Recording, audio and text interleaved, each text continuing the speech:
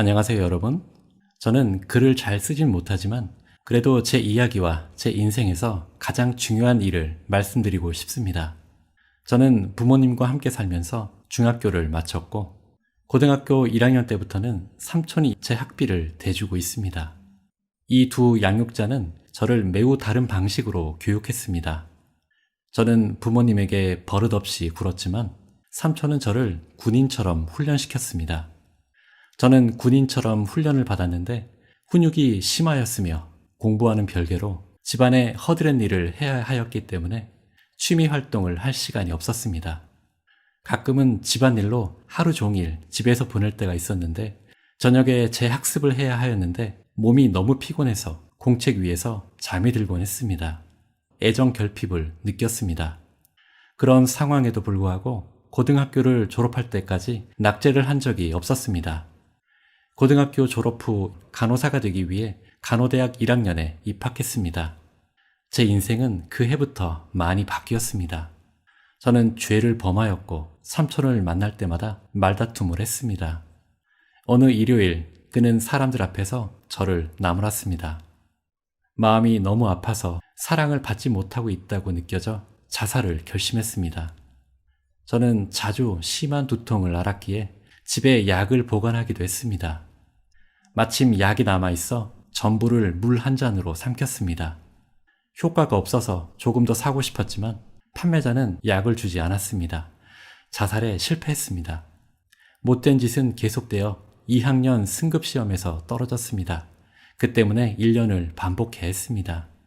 낙제로 삼촌의 돈을 낭비하고 말았습니다.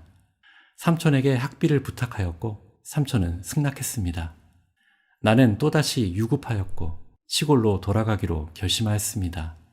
삼촌은 제가 공부를 다 마치지 않으면 여기서 아무 이유 없이 시간을 보낸 셈이 된다고 저를 설득하셨고 저는 학과를 옮겨 입학시험을 치렀습니다. 합격해서 계속 공부를 하기로 했지만 저의 못된 짓은 계속되었습니다. 한 가지 다른 점이 있다면 공부는 게을리하지 않았습니다. 그래서 낙제를 하지 않았습니다. 4학년 때 성경을 알고 싶었고 또 돈도 벌고 싶어서 번역 일을 하기로 결정했습니다. 하지만 저는 성경 말씀이 제 종교인 가톨릭에 비판적이기 때문에 관심이 덜하였습니다. 시간이 흐른 후 저는 성경을 사랑하기 시작했으며 거듭남이 있다는 것을 알게 되었고 조언을 구하기 위해 개인 상담을 요청하기 시작했습니다. 제 영생에 대한 확신이 필요하였습니다. 하지만 저는 여전히 그것을 가볍게 여겼습니다.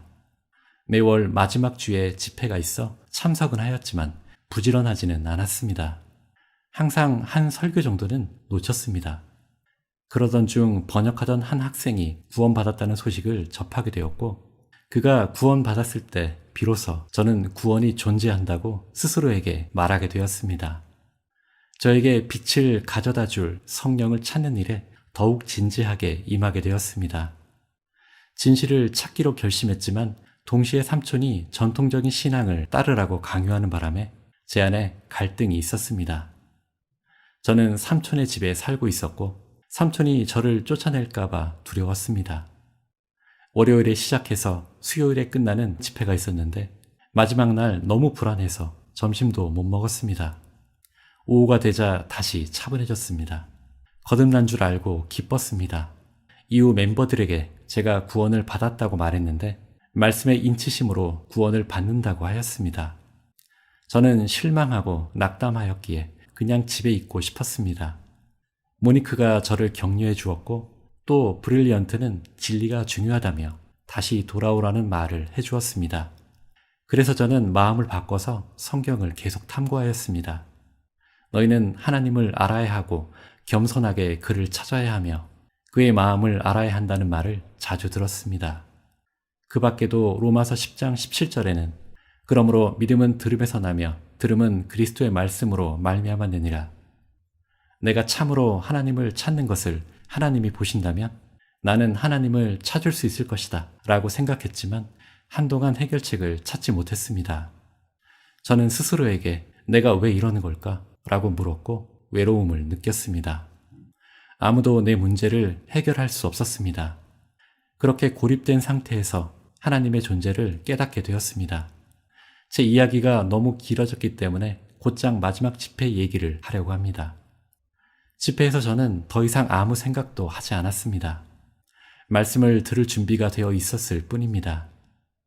성경이 사실이다 라는 설교를 끝까지 따랐고, 이 설교가 끝날 때마다 우리의 죄가 해결되면 손을 들어달라는 요청을 받습니다. 저는 감히 손을 들지 못했습니다. 왜냐하면 제 죄는 여전히 그곳에 있었기 때문입니다. 슬펐습니다. 점심은 쓰디 썼습니다. 저는 하나님께 기도했습니다. 하나님, 저를 인도해 주세요. 그 말이 제 안에서 계속 반복되었습니다.